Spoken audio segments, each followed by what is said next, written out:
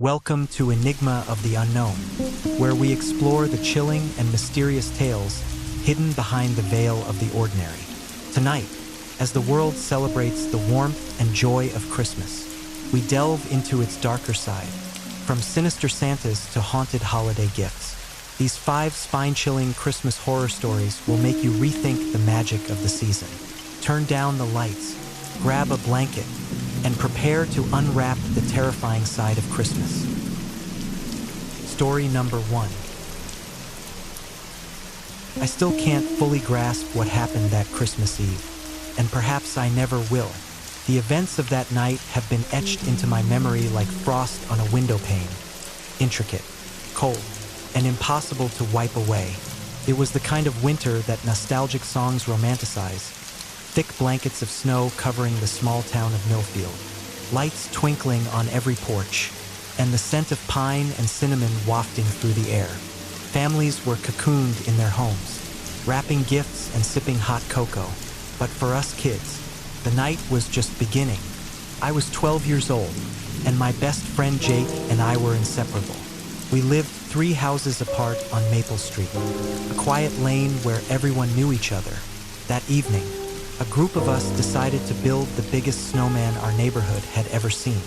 It was an ambitious project fueled by youthful enthusiasm and the sugary rush of holiday treats. There were 6 of us: Jake, myself, Lily, Ben, Sam, and little Tommy, who was just 8 but eager to hang with the older kids. We met in the vacant lot at the end of the street, a spot that had become our unofficial playground. "Let's make it so big that it'll touch the sky," Tommy exclaimed, his cheeks flushed beneath his woolen hat. We laughed, but the challenge was set. With mitten-clad hands, we rolled snowballs across the field, each one growing larger as it collected more snow. The moon was full, casting a silver glow that made the snow sparkle like diamonds. Our breath formed little clouds as we huffed and puffed, pushing the massive spheres into place. Hours flew by, and by the time we were finished, the snowman towered over us, nearly 8 feet tall. We adorned it with whatever we could scavenge: charcoal pieces for the eyes and mouth, branches for arms, and an old carrot from Ben's coat pocket for the nose. "Wait," Jake said suddenly, "it's missing something." He took off his own scarf, a bright red one his grandmother had knitted, and wrapped it around the snowman's neck. Then he placed his worn, blue beanie atop its head. "There, now it's perfect." We all agreed. It was a masterpiece of childish creativity. "Your grandma's gonna kill you for losing that scarf," I teased. He grinned. "I'll get it back tomorrow." As the church bells chimed 9 o'clock, we knew it was time to head home. One by one, our parents called us back, their voices carrying through the crisp night air.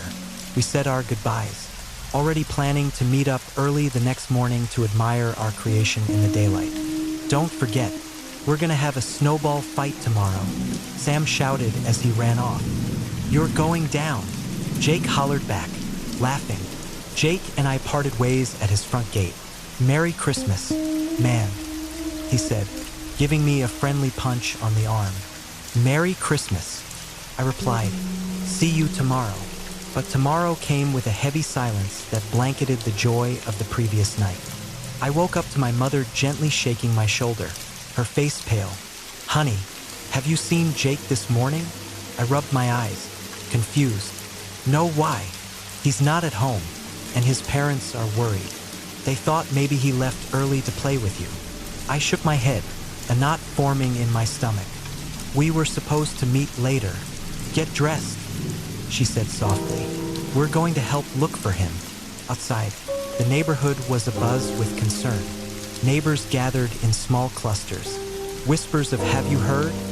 and "Where could he be?" floating through the air. The police had been called, and they were organizing search parties. I joined Lily, Ben, and the others near the vacant lot. Their faces mirrored my own apprehension. "Where do you think he went?" Lily asked, her voice barely above a whisper. "I don't know," I replied, my eyes drifting toward the giant snowman.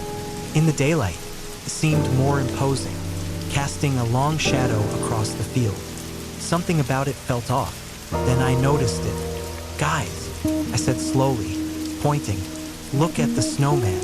They followed my gaze.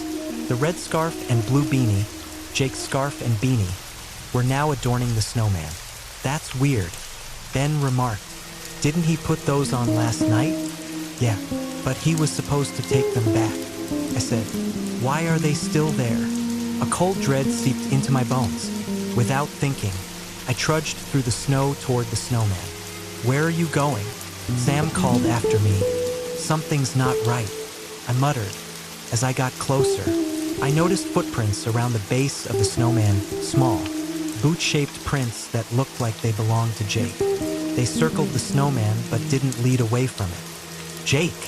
I called out, half expecting him to jump out from behind the snowman in a prank. But there was only silence. The adults began to take notice of us congregating near the snowman. Jake's father, Mr. Thompson, approached, his face etched with worry. "Have you kids seen anything unusual?" he asked. I pointed to the scarf and beanie. "Those are Jake's. He left them on the snowman last night, but he said he'd get them back today." Mr. Thompson frowned. "He didn't come home with them?" I shook my head. He examined the snowman closely, his eyes narrowing. "Why are their footprints only going to the snowman but not away?" By now, a small crowd had gathered. The police officers exchanged glances, and one of them stepped forward. "Sir, please step back." The officer instructed gently, "We're going to check this out." They began to dismantle the snowman, chunk by chunk. As they reached the middle section, one of the officers hesitated. "Chief, you need to see this," he said grimly. We all watched, breath held, as they pulled apart the snow to reveal deep scratches on the inner layers. Marks that looked like fingernails had clawed desperately from the inside. Gasps rippled through the crowd. Jake's mother covered her mouth, tears streaming down her face. "No," she whispered, "not my baby." They continued digging, more frantically now. Finally, they uncovered what we all dreaded. Jake's frozen form curled up within the snowman, his eyes wide open in terror. Chaos erupted. Some screamed, others cried. I stood there, numb, unable to process what I was seeing. How could this have happened? We were just playing, just building a snowman. It didn't make any sense. The days that followed were a blur of police interviews, hushed conversations, and a palpable sense of fear that gripped the town. The official report was inconclusive. There were no signs of foul play, no evidence to point to how Jake ended up inside the snowman. Probably hypothermia, I overheard one officer say. Maybe he hid inside as a prank and got trapped. But that didn't explain the scratches, the desperate claw marks trying to get out. I couldn't shake the feeling that something was horribly wrong, something beyond our understanding. I began having nightmares, visions of Jake's face, pale and frightened, calling out to me from within walls of ice. One evening, unable to sleep, I sat by my bedroom window staring out at the vacant lot. The remnants of the snowman had long been cleared away, but in the moonlight, I thought I saw a figure standing there, a tall, shadowy silhouette that didn't belong. Rubbing my eyes, I looked again, but it was gone. The next day, Tommy didn't show up at school. Whispers circulated that he was sick, but I knew better.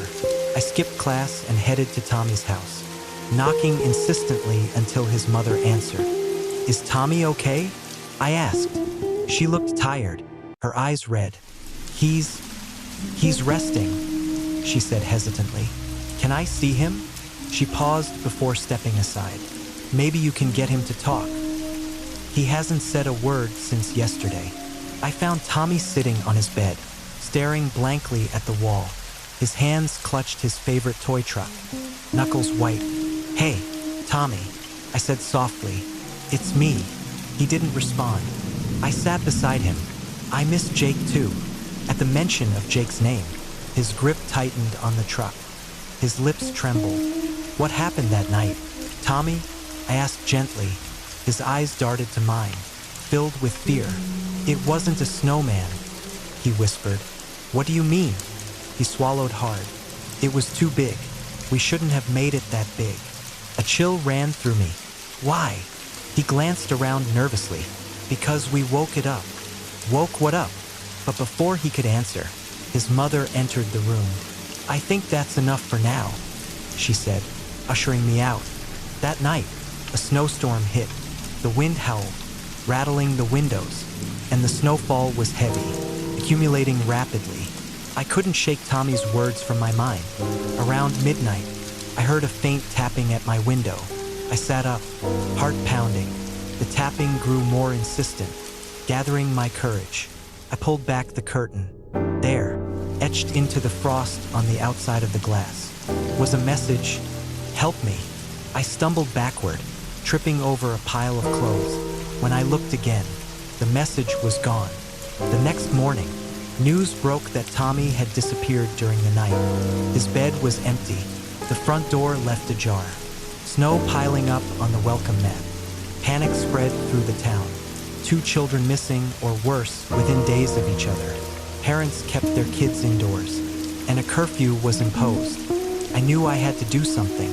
Retracing our steps from that fateful night, I returned to the vacant lot. The snow was deep, but I pushed through, driven by a sense of urgency. In the center of the field stood a new snowman, identical in size to the one we'd built before, but none of us had made this one. My breath caught in my throat. On the snowman were Tommy's hat and gloves. I approached cautiously, every instinct telling me to run, but something compelling me forward. The air around me felt heavy, and the usual sounds of the town were muffled, as if I were in a bubble. "Tommy," I called out tentatively. A soft whisper carried on the wind. "Help us." I reached out to touch the snowman, and a shock of cold shot up my arm, freezing me in place. Images flooded my mind. Jake and Tommy trapped in darkness, clawing desperately, unseen forces holding them captive. Summoning all my strength, pulled away, gasping for air. I knew then that this was no ordinary snowman. Something malevolent had been awakened, something that fed on our presence, our innocence. I ran to the police station, stumbling over my words as I tried to explain. They listened with skepticism, but desperation must have shone in my eyes because they agreed to investigate. A group of officers and townspeople accompanied me back to the lot. The snowman loomed ominously, Tommy's belongings a stark contrast against the white. "We need to take it down," I urged. They began dismantling the snowman, shovels and gloved hands tearing away at the icy structure. Just like before, they found scratches on the inside, evidence of a struggle. "Dear God," one officer muttered, but there was no sign of Tommy. As night fell, the search expanded, but hope dwindled. Exhausted and defeated, I returned home, plagued by guilt and fear. Sleep eluded me, and around 3 a.m., I heard a soft singing outside, a haunting melody that sent chills down my spine. I peered out my window to see dozens of snowmen lining the street, each adorned with personal items from the missing children. Jake's scarf, Tommy's toy truck, Lily's hair ribbon. Wait, Lily? I hadn't heard anything about her disappearing. I grabbed my coat and raced to her house, pounding on the door until her bleary-eyed father answered. "Is Lily here?" I demanded. He blinked in confusion. "Of course she is. What's this about? Please, check on her." He hesitated before ascending the stairs. Moments later, a wail of anguish echoed through the house. I didn't wait. I knew what I had to do. Gathering gasoline from our garage, I headed back to the street where the snowmen stood like silent sentinels. The air was thick with an oppressive energy, each snowman exuding a malevolence that was almost tangible. I began dousing them one by one, the liquid seeping into the snow. As I struck a match, a chorus of whispers filled the air. "Stop," they pleaded. "Join us." I hesitated, the flame flickering in the breeze. Images of my friends flashed before me. Their laughter, their dreams, their lives cut short. Resolve hardened within me. "You can't have them," I whispered. I dropped the match. Flames roared to life, consuming the snowmen in a blaze of light and heat. The the whispers turned to screams, a cacophony of voices that rose to a deafening pitch before abruptly silencing. As the fires died down, the first rays of dawn broke over the horizon. The snowmen were gone, reduced to puddles of water that seeped into the ground. Exhausted, I collapsed onto the curb. Sirens wailed in the distance as emergency vehicles arrived, drawn by the flames. In the days that followed, the town mourned the loss of its children. Bodies were never recovered, and official explanations ranged from abductions to tragic accidents. But I knew the truth, though I wished I didn't. I moved away from Millfield shortly after, unable to bear the weight of the memories. Years passed, but every winter, when the snow begins to fall, I feel a familiar dread. I share this story not for pity or absolution, but as a warning. There are things in this world that defy understanding, ancient forces that slumber beneath the surface of our everyday lives. So when your children build snowmen, watch them carefully, and if you ever hear whispers on the wind or see a shadow where there should be none, trust your instincts, because some spirits of the cold are not content to rest, and they may be waiting for someone foolish enough to invite them in. Story number 2. I remember that Christmas Eve with a clarity that haunts me to this day. The memory doesn't fade. If anything, it sharpens with each passing year, the details etching themselves deeper into my mind. Our family had gathered in the living room of our cozy suburban home, the warmth of the fireplace casting a golden glow over us. The scent of pine from the decorated tree mingled with the aroma of hot cocoa, and the sound of carols played softly in the background. My wife, Emily, was curled up on the couch, her eyes reflecting the twinkling lights as she watched our children. Lily and Max arranged cookies and a glass of milk on a plate, offerings for Santa Claus. Lily, 7, was meticulous, adjusting the cookies just so, while Max, 5, bounced with barely contained excitement. "Daddy, do you think Santa will like chocolate chip or oatmeal raisin better?" Lily asked, her eyes wide with genuine concern. "Santa loves all kinds of cookies," I replied with a smile, "but I hear he has a special fondness for chocolate chip." She nodded solemnly and swapped an oatmeal raisin for another chocolate chip. The clock chimed 9, and Emily announced it was bedtime. Amid groans and pleas for just a few more minutes, we tucked them into bed, assuring them that Santa wouldn't arrive until they were fast asleep. They finally settled, whispering excitedly to each other about the morning to come. Back downstairs, Emily and I settled by the fireplace, enjoying the rare quiet moment. We reminisced about past holidays, laughed about the time the Christmas turkey had burned to a crisp, and shared hopes for the new year. Around 11, just as we were considering turning in, a soft thud echoed from the roof. We both paused. "Did you hear that?" Emily asked, her brow furrowing. "Probably just a squirrel," I replied, though the weight of the sound suggested something larger. Another thud, followed by the unmistakable sound of footsteps scraping against the shingles. "That doesn't sound like a squirrel," she whispered. Our eyes met, and a playful smile spread across her face. "Do you think?" Before she could finish, rapid footsteps pattered down the stairs. Lily and Max burst into the living room, faces alight with wonder. "Did you hear it? Santa's on the roof," Max exclaimed, jumping up and down. "I told you he'd come early," Lily added, tugging at my sleeve. "Can we go see him?" Emily and I exchanged amused glances. "I think Santa might get scared away if he knows you're awake," cautioned. "Please, just a peek," they begged in unison. "All right," Emily conceded, but only from the window. We moved toward the large bay window that overlooked the front yard. Snow had begun to fall, delicate flakes drifting lazily under the glow of the streetlights. The roof's edge was just visible, but there was no sign of movement. "Maybe he went to the neighbors first," I suggested. Suddenly, a heavy clatter resonated from the direction of the chimney, followed by a muffled grunt. "He's coming down the chimney," Max whispered excitedly. A knot formed in my stomach. The sounds were too real, too deliberate. I motioned for Emily to take the kids upstairs. Why don't you two get back to bed? Santa won't leave gifts if he knows you're awake. But we want to see him, Lily protested. Listen to your father, Emily said gently, guiding them toward the stairs. We'll tuck you in again. As they reluctantly ascended, I moved toward the fireplace. The flames had dwindled, casting long shadows across the room. The hairs on the back of my neck stood up. Should we call someone? Emily whispered when she returned. Let me check first, I replied, trying to sound more confident than I felt. I grabbed the fireplace poker, its iron weight reassuring in my hand.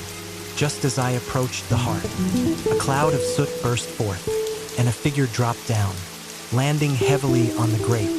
I stumbled backward, heart pounding. The figure straightened up, and I found myself staring at a man dressed in a Santa Claus suit, but not the jolly red and white ensemble you'd see at the mall. His suit was tattered and stained, hanging loosely off his gaunt frame. His face was smeared with soot, but beneath it, I could see scars twisting across his skin. One eye was milky white, the other gleamed with a wild intensity. Merry Christmas, he rasped, a crooked grin stretching across his face. Who are you? I managed to utter, gripping the poker tighter. He tilted his head, as if pondering the question. Just spreading holiday cheer, he replied, his voice dripping with mock sincerity. Get out of my house, I demanded, trying to steady my voice. He chuckled, a low, unsettling sound that sent chills down my spine. But I just got here. Emily appeared at the doorway, her face pale. The children are asleep, she whispered. Go upstairs, I told her firmly. Lock the door and call the police. Ah, the missus, the intruder said, stepping forward. No need to be rude. It's Christmas, after all. Stay back, I shouted, brandishing the poker. He paused, raising his hands in mock surrender. All right, no need for violence. I'm just here to deliver gifts. From a dirty sack slung over his shoulder, he pulled out a broken doll, his porcelain face cracked, one eye missing. For the little girl, he said, tossing it onto the couch. Please, just leave, Emily pleaded, her voice shaking. He ignored her, rummaging through the sack again. And for the boy, he produced a toy truck, its wheels missing, metal rusted. He dropped it on the floor, where it landed with a dull thud. Get out now, or I'll make you leave, I threatened, though my hands were slick with sweat. He looked at me, his one good eye narrowing. You don't understand, do you? I've been invited. No one invited you, I retorted. He grinned wickedly. Oh, but you did. All those letters, all those wishes. What are you talking about? He took a step closer. Children wish for the darndest things. Sometimes, they ask for things they shouldn't. I glanced at Emily, confusion and fear mirrored in her eyes. Emily, go, now. She hesitated but then retreated toward the stairs. The man's expression darkened. Leaving so soon? But the fun's just beginning. He lunged at me with surprising speed. I swung the poker, but he dodged, the iron barely grazing his shoulder. He grabbed my wrist with a grip like a vice, forcing me to drop the weapon. Let's keep this civil, he whispered, his breath rancid. Why are you doing this? I gasped, struggling against him. He leaned in close. Because it's tradition, and traditions should be kept alive. Summoning all my strength, I shoved him away. He stumbled back, laughing maniacally. I seized the moment to dash toward the stairs, taking them two at a time. Emily, call the police, I shouted. Reaching the bedroom, I found her huddled with the children, who were now wide awake and terrified. He's trying to get in, she whispered, pointing at the door. A heavy thud shook the door, the handle rattling. Open up, the man sang mockingly. I've got more gifts for you. I grabbed a chair and wedged it under the doorknob. The police are on their way, I yelled, hoping it would deter him. He responded with a chilling laugh. "They won't get here in time." "Who is he?" "Daddy," Lily whimpered. "Just someone who got lost," I said, trying to sound reassuring. "Everything's going to be okay." Another crash against the door splintered the wood. Emily clutched the kids tightly, her eyes brimming with tears. I looked around for something, anything, to defend us. My eyes landed on the heavy lamp on the bedside table. I picked it up, positioning myself between the door and my family. The door gave way with a final blow. The man stood in the doorway, shadows casting his face into a grotesque mask. "Time to open your presents," he hissed. I hurled the lamp at him. It struck his shoulder, shattering and causing him to stagger. "Run!" I shouted to Emily and the kids. They scrambled past him, darting down the hallway. He reached out to grab them, but I tackled him, sending us both crashing to the floor. He was stronger than he looked. We grappled, his hands clawing at my face. I managed to throw a punch, connecting with his jaw. He snarled, headbutting me hard enough to make stars explode in my vision. Footsteps thundered up the stairs. Emily returning? No, too heavy. "Police! Don't move!" a voice commanded. Relief flooded me as two officers appeared, guns drawn. The man froze, his wild eye flickering with something akin to amusement. "Until next time," he whispered. He bolted with inhuman speed, barreling past the officers and leaping down the stairs. They pursued him, shouting orders to stop. I struggled to my feet, stumbling after them. By the time I reached the front door, the man had vanished into the night, the falling snow swallowing any trace of him. The officers searched the area but found nothing. "Tracks end at the backyard," one said, baffled. "It's like he disappeared." They took our statements, assuring us they'd do everything to find the intruder. As dawn broke, they left, leaving us in the eerie quiet of the aftermath. We sat together in the living room, the morning light casting a pale glow over the disarray. The broken doll and rusted truck lay where he'd left them, grim tokens of the night's terror. "Who was he?" Emily asked softly. "I don't know," I replied, wrapping an arm around her. "But he's gone now." The kids were silent, their eyes reflecting a loss of innocence that broke my heart. Later that day, as we tried to salvage some semblance of Christmas, I noticed footprints in the snow leading from the chimney to the backyard. Muddy boot prints, despite the pristine snowfall. A chill ran through me. I followed them, each step heavy with dread. The prints led to the edge of the woods behind our house, then simply stopped. No other tracks, no signs of where he might have gone. Over the following weeks, the police investigation turned up nothing. No fingerprints, no matching reports of similar incidents. It was as if the man had never existed. But we knew better. We moved shortly after, unable to shake the lingering shadow of that night. The kids slept with the lights on, and the sound of footsteps, even innocent ones, would send us all into a panic. Years have passed, but every Christmas Eve, I find myself standing watch, eyes fixed on the fireplace, listening for sounds on the roof, because some traditions shouldn't be kept alive, and some visitors shouldn't be welcomed. If you ever hear footsteps above on a silent night, or find gifts that weren't left by loving hands, be wary. Not everything that comes down the chimney is Santa Claus. Story number 3. I never thought a simple Christmas tree could turn our lives upside down. Looking back, I realize how naive we were, how blissfully unaware of the darkness that can lurk in the most innocent of places. It was our first Christmas together as a married couple. Sarah and I had moved into a cozy little house on the outskirts of town, a fixer-upper, but full of charm, the kind of place where we imagined raising a family someday. We wanted our first holiday season to be perfect, a memory we could cherish for years to come. "Let's get a real tree this year," Sarah suggested, her eyes sparkling with excitement. "It'll make the house smell like Christmas." I agreed, There was a local market that sold fresh pines cut from the nearby woods. We bundled up against the crisp December air and drove over, laughing and sipping hot cocoa from a thermos. The market was bustling, filled with families and the scent of pine needles. We wandered among the rows of trees until Sarah stopped abruptly. "This one," she said, pointing to a tall, full spruce that seemed to stand apart from the rest. Its branches were lush and dark green, and it had a certain allure I couldn't quite place. "Are you sure?" I asked. "It's a bit bigger than we planned." She smiled. "It's perfect." We paid the vendor, a grizzled old man who eyed us with an inscrutable expression, and loaded the tree onto our car. "Happy holidays," he muttered as we drove off, though his tone lacked any real warmth.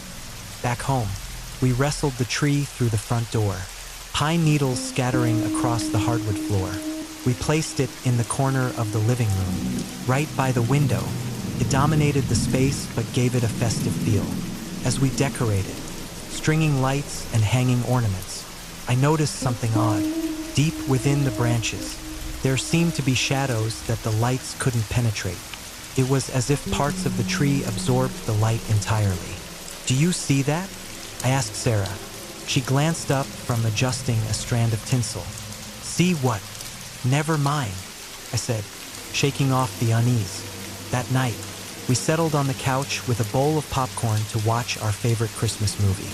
The room glowed with the soft hues of the tree lights, and everything felt right. Halfway through the film, I caught a flicker of movement out of the corner of my eye. I turned to look at the tree, but nothing seemed amiss. "Did you see that?" Sarah asked, her gaze fixed on the tree. "You saw it too?" I felt a chill run down my spine. "Probably just a squirrel or something," she suggested. "Maybe it hitched a ride when we brought the tree in." "Could be," I agreed, grateful for a rational explanation. We paused the movie and approached the tree cautiously. I grabbed a flashlight and shone it among the branches, searching for any signs of wildlife. Aside from a few spiders and the thick shadows, there was nothing. "Guess it's nothing," I said, though I couldn't shake the feeling that we were being watched. That night, as we lay in bed, I heard faint rustling sounds coming from the living room. Sarah was already asleep, her breathing soft and steady.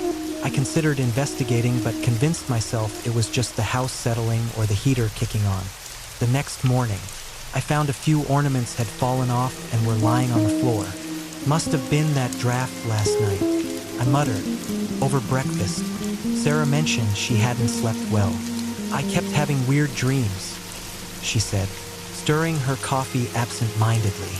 "Felt like someone was in the room." I didn't tell her about the noises I'd heard. No point in spooking both of us.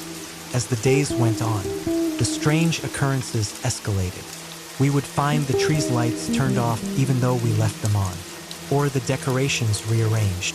Once, I found all the stockings from the mantel placed neatly under the tree.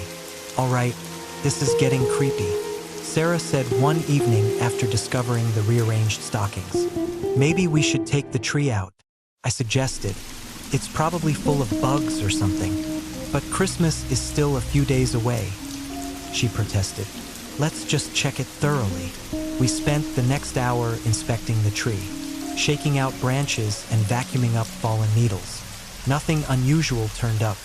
That night, I awoke to the sound of whispering. I sat up in bed, straining to listen.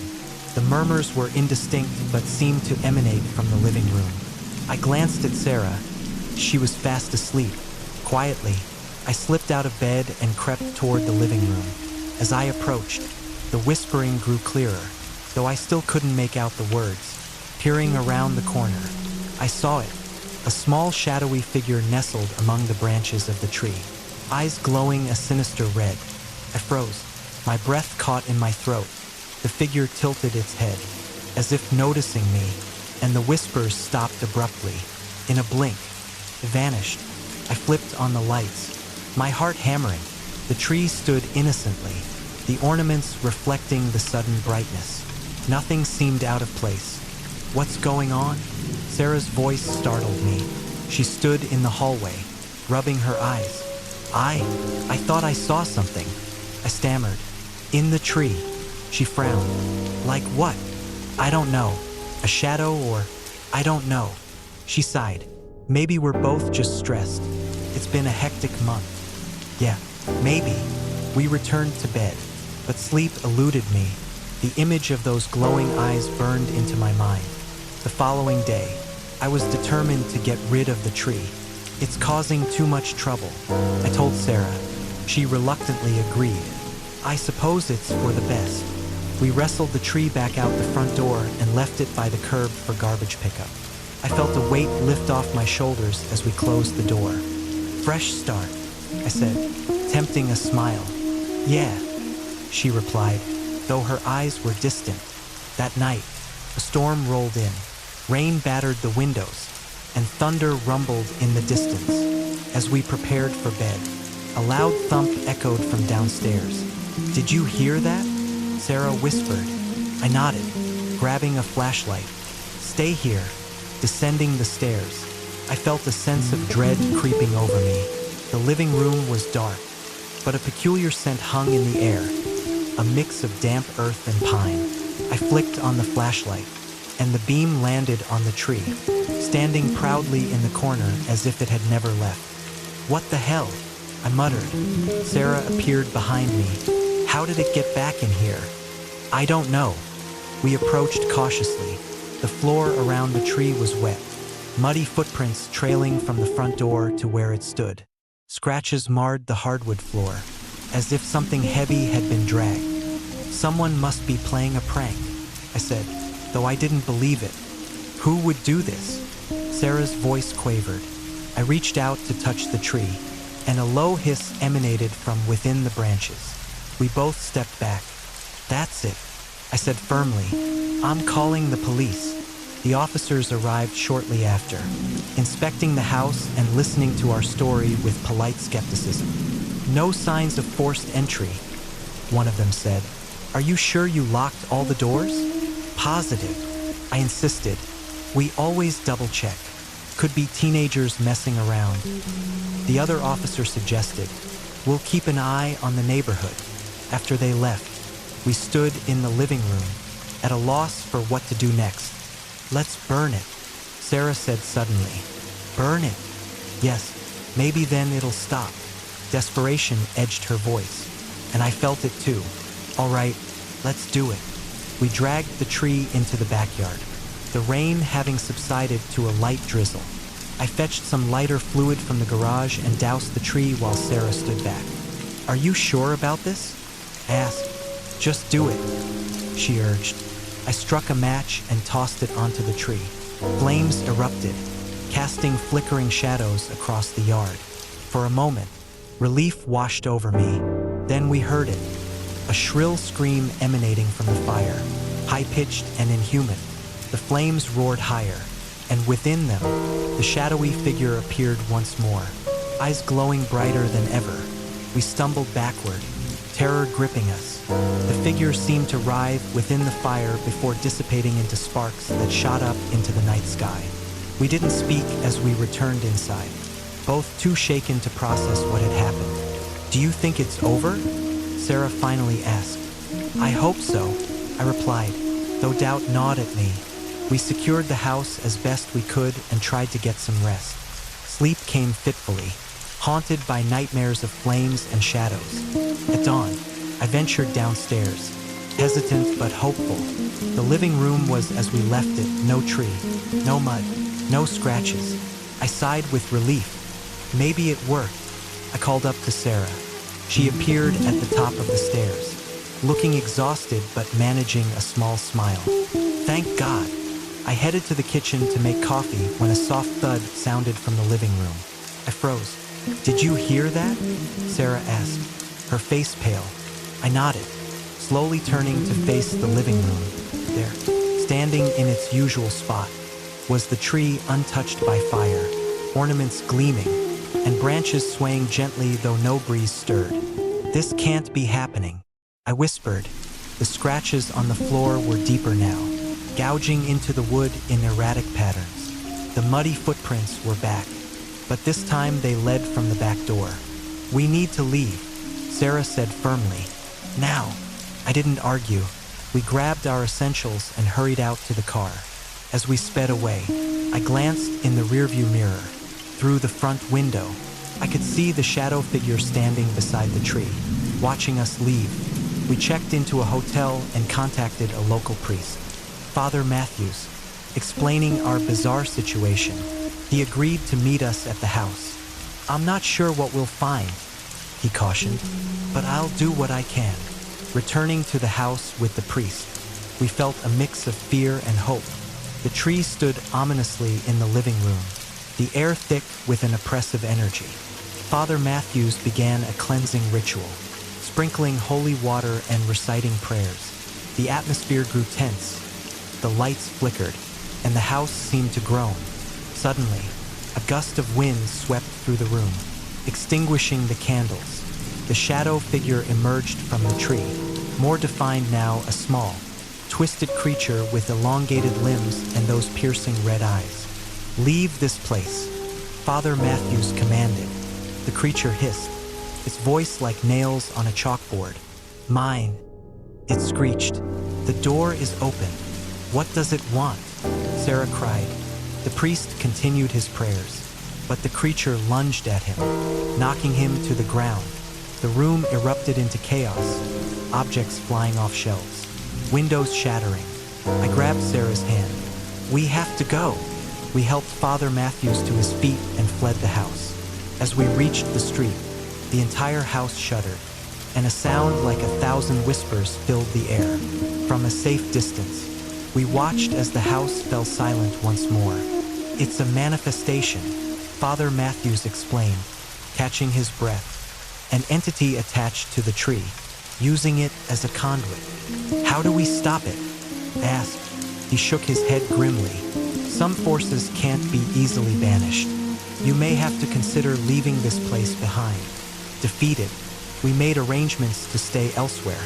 Over the next few days, we returned only to gather our belongings, always during daylight and never alone.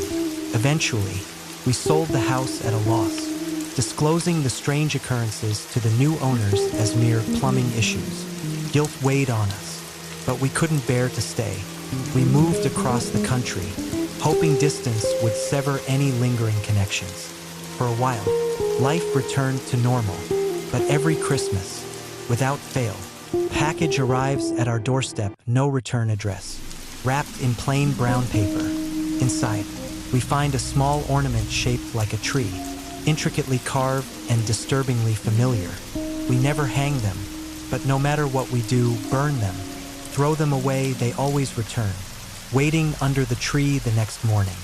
We've stopped celebrating Christmas altogether, but the tokens still come, a chilling reminder that some doors, once open, can never be fully closed. To this day, I avoid real Christmas trees. The scent of pine no longer brings joy, but a deep-seated dread. And every so often, in the quiet moments between wakefulness and sleep, I see those glowing red eyes and wonder if somewhere, the shadow watches and waits. If you ever decide to bring something from the wild into your home, be cautious. Not everything that is taken wishes to be kept. And sometimes, it's not just a tree that takes root in your living room, but something far more sinister. Story number 4.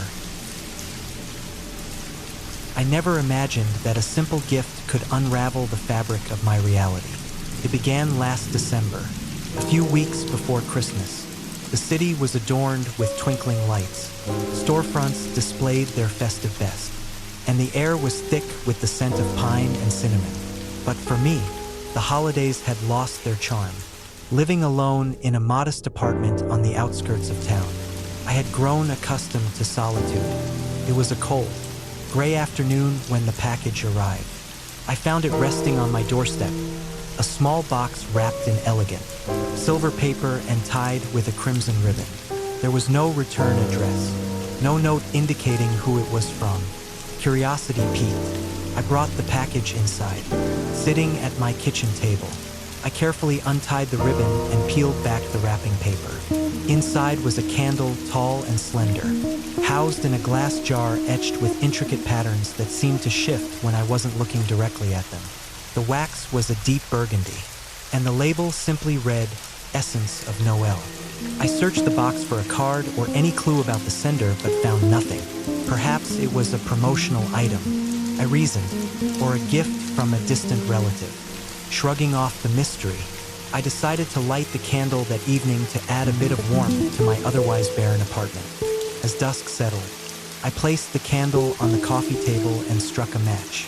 The moment the flame touched the wick, it ignited with an unexpected intensity. The flame was unusually vibrant, a vivid crimson that bathed the room in a soft red glow. It was mesmerizing. I settled onto the couch with a book, occasionally glancing at the flickering light.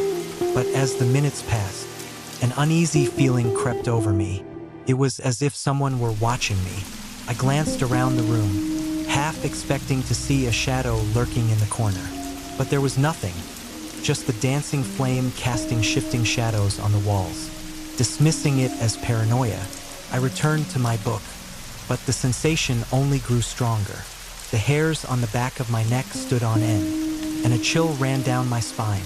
That's when I heard it, a faint whisper, barely audible over the soft crackling of the candle. "Is someone there?" I called out, my voice echoing slightly in the quiet room. Silence. I leaned forward, staring intently at the candle. The flame seemed to quiver, and for a moment, I thought I saw a shape within it, a fleeting silhouette that vanished as quickly as it appeared. Deciding I'd had enough, I blew out the candle, or at least, I tried to, no matter how forcefully I exhaled. The flame persisted, burning steadily, mockingly. A knot of fear tightened in my stomach. I grabbed a coaster and attempted to smother the flame, pressing down firmly over the jar's opening. When I lifted it, the flame was still there, unwavering. Panic began to set in. I carried the candle to the kitchen sink and turned on the faucet, dousing the flame with a stream of water. Steam hissed upward, momentarily obscuring my view. But when it cleared, the candle remained lit, the water seeming to have no effect. My hands trembled as I set the candle back on the counter. The whispers returned, louder this time, though still indistinct. I could almost make out words, soft, insistent murmurings that sent a cold shiver through me. I backed away slowly, never taking my eyes off the candle. Retreating to my bedroom, I closed the door and sat on the edge of the bed, heart pounding. I tried to rationalize what was happening. Maybe it was a prank, a trick candle of some sort. Yes, that had to be it. Determined to put an end to the absurdity, I returned to the kitchen. The candle stood where I'd left it, the crimson flame casting long shadows that seemed to stretch toward me. "Enough of this," I muttered. I grabbed the candle and, without hesitation, hurled it into the garbage bin. I closed the lid and felt a momentary sense of relief. That night, sleep eluded me. My dreams were fragmented, images of swirling shadows and echoing whispers. I awoke in the early hours of the morning, a thin sheen of sweat on my forehead, making my way to the kitchen for a glass of water. I froze in the doorway. There, on the counter, sat the candle dry, pristine, and lit. I stared in disbelief. My gaze shifted to the garbage bin, which remained closed. With hesitant steps, I approached the candle. The melted wax had begun to pool around the base, and on the countertop, the drippings formed shapes, letters. Leaning in, I saw that the wax had spelled out a single word, "Hello." A gasp escaped my lips. This was no prank. Someone or something was communicating with me. I grabbed my phone and called my friend Lisa, the only person I could think of who might understand. "Do you have any idea what time it is?" she mumbled, her voice thick with sleep. "Lisa, I need your help," I whispered urgently. "What's wrong?" I hesitated, unsure how to explain. I think my candle is haunted." Silence. "You're what?" "Please, I know how it sounds. Can you just come over?" She sighed. Fine, give me 20 minutes. While I waited, I kept a wary eye on the candle. The whispers had subsided, but the flame continued to burn brightly. Lisa arrived, bleary-eyed and skeptical. "All right, show me this haunted candle."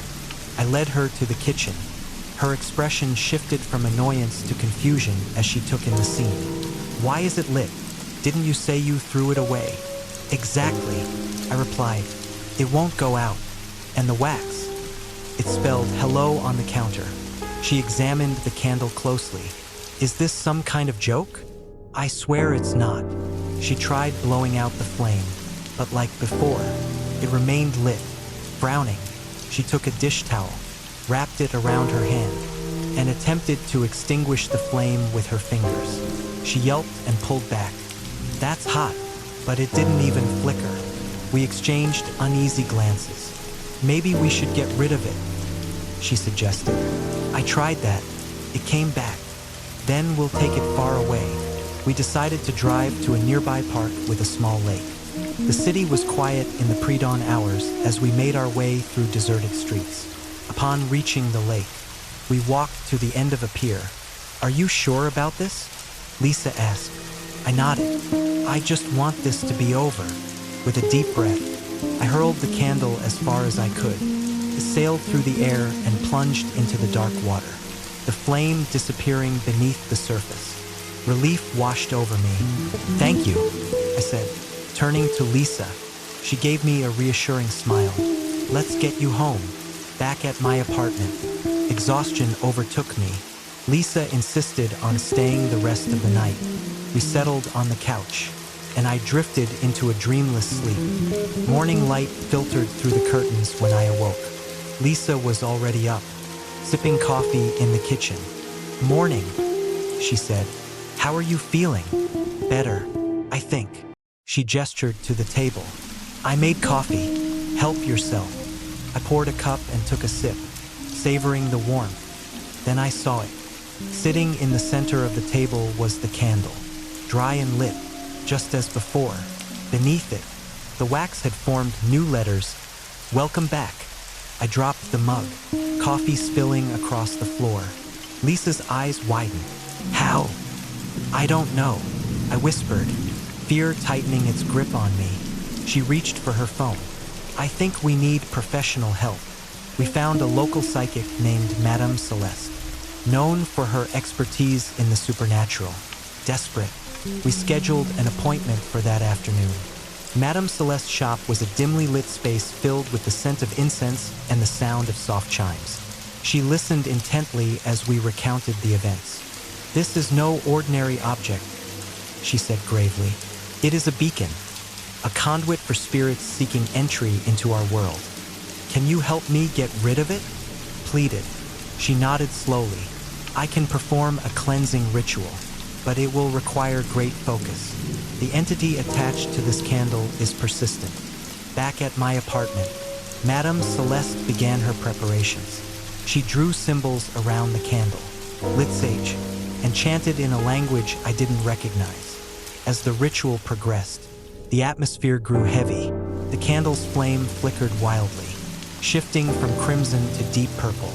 The whispers returned, louder and more insistent. "Stay strong," Madame Celeste urged. Her voice strained.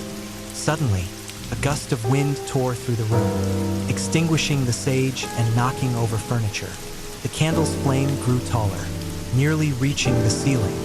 "Something's wrong," Lisa shouted over the chaos. Madame Celeste's eyes widened in fear. "This spirit is too powerful.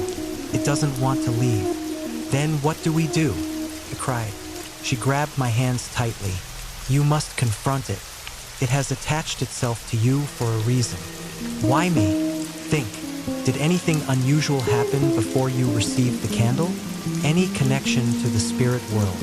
I racked my brain. "No, nothing. I live a quiet life." The whispers coalesced into a distinct voice, a cold, rasping tone that echoed my name. "Isabella, please, tell me what you want." I shouted into the void. The flame flickered, and the whispers quieted. The melted wax began to flow rapidly, forming new words on the table. Remember. Remember what? Asked, desperation creeping in. Images flooded my mind, a forgotten childhood memory. A game of hide and seek gone wrong. A locked attic. A friend left behind. Tears welled in my eyes. Evelyn. Lisa looked at me. Who's Evelyn? A friend from when I was little. She disappeared. They never found her. Madame Celeste's grip tightened. The spirit seeks closure. I turned to the candle. Evelyn, is that you? The flame pulsed. I'm so sorry. I didn't mean to leave you. Memories resurfaced. A dare to explore the old house at the end of the street. The creaking floorboards. The sudden collapse trapping her inside. I had run for help, but by the time we returned, the house was engulfed in flames. I've carried the guilt all these years. I whispered. The candle's flame softened, shrinking to a gentle glow. The wax formed one final word, forgiven. A sense of peace settled over the room. The oppressive weight lifted, and the whispers ceased. Madame Celeste exhaled deeply. It is done. The flame flickered once more and extinguished itself. The candle remained unlit. The wax hardened. I felt a mix of relief and sorrow. Thank you, I said to both women. Lisa hugged me tightly. Are you okay? I nodded. I think so. We disposed of the candle properly, following Madame Celeste's instructions. As we parted ways, she offered a final piece of advice. Sometimes, the past calls to us in ways we cannot ignore. Facing it is the only way to move forward. In the weeks that followed, I began to heal. I sought therapy to confront the lingering guilt and started volunteering with local youth programs, hoping to make a positive impact. Christmas came and went without incident. My apartment felt warmer, more inviting. I even hosted a small gathering for friends, a first for me. But occasionally, late at night, I think I hear a faint whisper of my name, carried on the wind. I like to believe it's Evelyn, watching over me, a silent guardian from the other side. Life is full of mysteries we may never fully understand, but I've learned that some gifts, no matter how unsettling, can lead us to confront the shadows within ourselves. And perhaps, in facing them, we find the light we've been searching for all along. Story number 5. I can still recall the day the bell arrived. A day that would unravel the fabric of our ordinary lives and plunge us into a nightmare we couldn't escape. It was a crisp autumn morning, the kind where the air carries a hint of wood smoke and the leaves crunch underfoot. Our family had settled into the new house just a few months prior, a charming old Victorian nestled at the edge of a small New England town. My wife, Claire, and I thought it would be the perfect place to raise our 8-year-old son, Tommy. The package was left on our doorstep, wrapped in plain brown paper and tied with a frayed piece of twine. No return address, no postage, just our names scrawled in elegant, looping handwriting. The Harveys. Did you order anything? Claire asked, turning the package over in her hands. I shook my head. Must be a housewarming gift. Maybe from one of the neighbors. We gathered around the kitchen table as she untied the twine and peeled back the paper. Inside was an old brass bell, its surface tarnished and etched with strange, swirling patterns that seemed to shift when you weren't looking directly at them. Alongside it was a note on yellowed parchment. Ring this bell to hear the call from the other side. Spooky, Claire said with a nervous laugh. Must be someone's idea of a joke. Tommy's eyes widened with curiosity. Can I see it? Be careful. It's old, I cautioned as he picked it up. The bell was heavy for its size, and the metal felt unnaturally cold. Do you think it really works? Tommy asked, a mischievous grin spreading across his face. It's just a trinket, I replied. Probably an antique someone thought we'd like. Maybe we should ring it, Claire suggested, winking. See if any ghosts come out. I chuckled. Sure, why not? Might as well join in on the fun. Tommy needed no further encouragement. He lifted the bell and gave it a firm shake. The sound that emanated wasn't the clear, crisp ring you'd expect.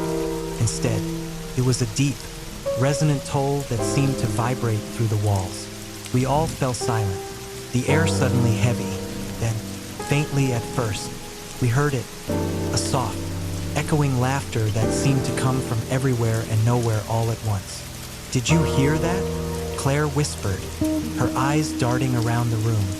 "It's probably just the wind," I said, though unease was creeping into my voice.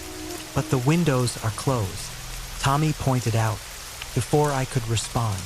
The lights flickered, once, twice, then steadied. "Must be a power surge," I offered, trying to keep my tone light. Claire stood up. "I'm going to check the breaker." "I'll come with you," I said. We left Tommy in the kitchen and headed to the basement. As we descended the creaking wooden steps, the laughter grew louder, more distorted, like a chorus of voices overlapping in discordant harmony. Claire grabbed my arm. "This doesn't feel right." I nodded, swallowing hard. "Let's just reset the breaker and get back upstairs." We reached the panel and found all the switches in order. A chill ran down my spine. "Maybe it's the wiring," I suggested weakly. Suddenly, the door at the top of the stairs slammed shut with a resounding bang. Claire yelped, and I felt a surge of adrenaline. "Tommy!" I shouted. "Are you up there?" No response. We raced back up the steps, the laughter now a cacophony echoing around us. I pushed against the door, but it wouldn't budge. "Tommy, open the door." Still nothing. "Step back," I told Claire. I threw my shoulder against the door repeatedly until it finally gave way. The kitchen was empty, but the bell lay on the floor, its patterns swirling more violently than before. "Tommy!" Claire screamed, running from room to room. I grabbed the bell, intending to throw it outside, but the moment I touched it, a searing pain shot up my arm. I dropped it with a cry, and it rolled across the floor, coming to rest at the base of the stairs leading to the second floor. Claire rushed back into the kitchen, panic etched on her face. "He's not here. He's gone. Call the police," I said, my mind racing. Maybe he went outside. She grabbed the phone, but there was no dial tone. "The line's dead." I pulled out my cell phone, but it wouldn't turn on. What the hell is going on? Just then, we heard footsteps above us, slow, deliberate.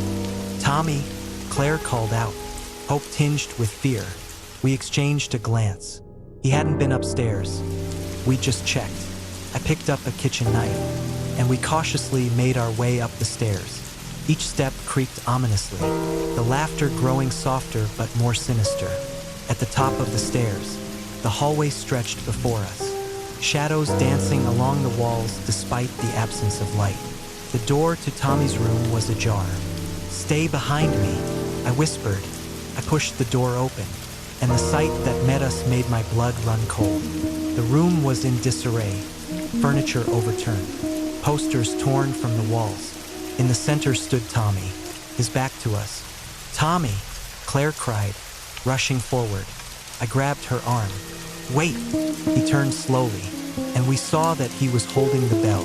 His eyes were vacant, and a chilling smile played on his lips. "Thank you for bringing me back," he said, but the voice wasn't his, it was deeper, layered with echoes. "Tommy, put the bell down," I said carefully. He tilted his head.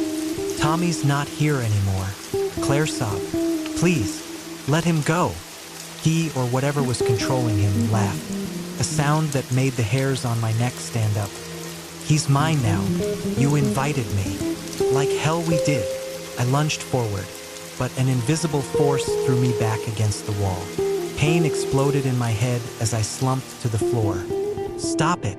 Claire screamed, rushing to my side. Tommy, or the thing inside him, stepped closer. "Such fragile creatures," he mused, "so eager to open doors they don't understand." I struggled to stand. "What do you want?" He grinned. "I've already taken what I need." With that, he raised the bell and rang it once more. The sound was deafening, reverberating through the house. The walls began to shake, picture frames falling and shattering.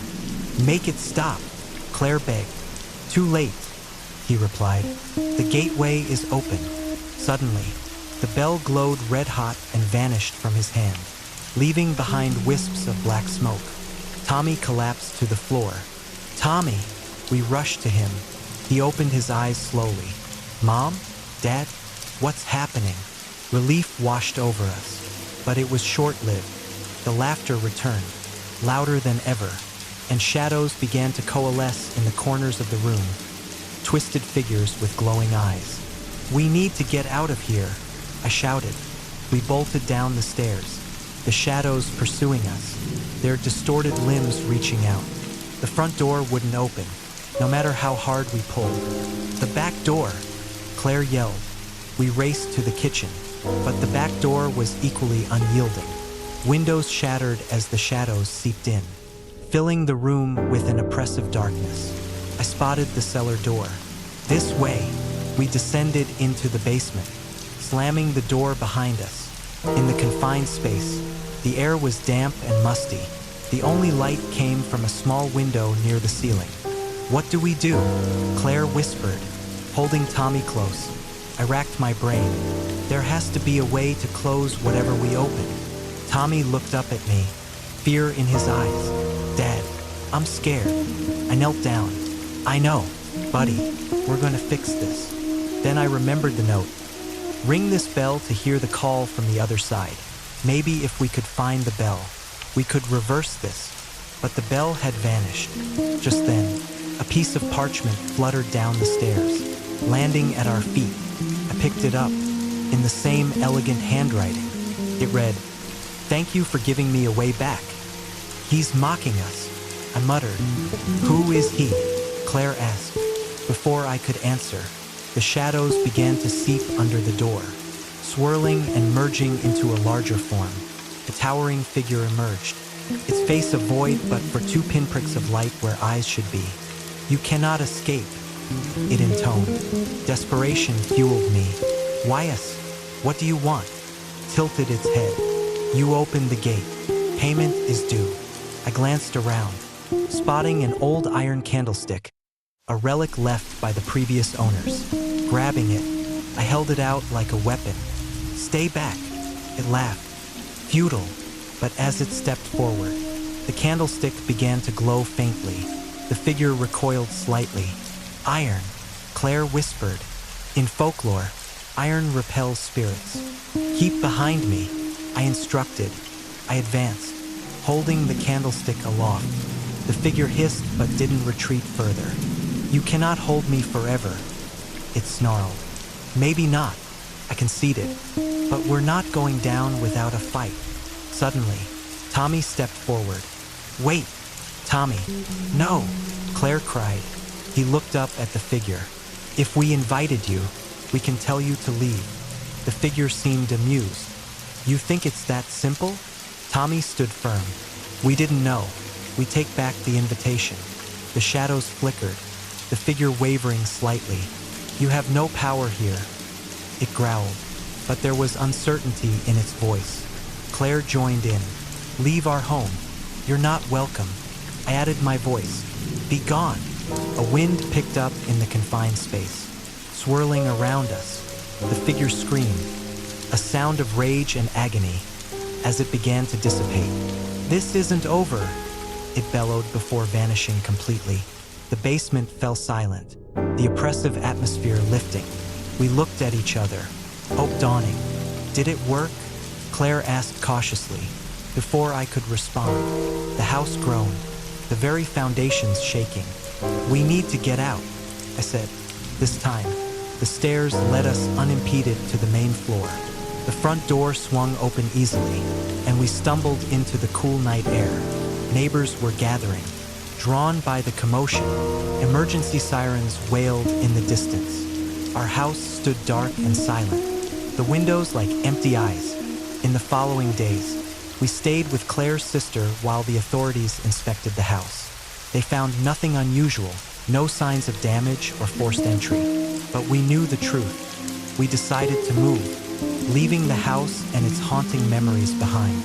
Months later, as we settled into our new home, a package arrived on our doorstep. It was wrapped in plain brown paper, tied with frayed twine. A chill ran through me. With trembling hands, I opened it. Inside was the bell. No note this time. We never rang it. Instead, we took it to a local priest who specialized in such matters. He promised to dispose of it properly. But sometimes, late at night, I hear faint laughter drifting on the wind, and I wonder if we truly escaped. If you ever receive a mysterious gift with a cryptic message, heed our warning. Some doors, once opened, can never be fully closed, and some invitations are better left unanswered. Thank you for joining us on this haunting journey through the darker side of Christmas. From ghostly bells to eerie snowmen, these tales remind us that even the most festive of seasons can hide sinister secrets. If you enjoyed these chilling stories, don't forget to like, subscribe, and hit the notification bell to join us for more tales of the unknown. Until next time, stay safe, and remember, the holiday spirit isn't always what it seems.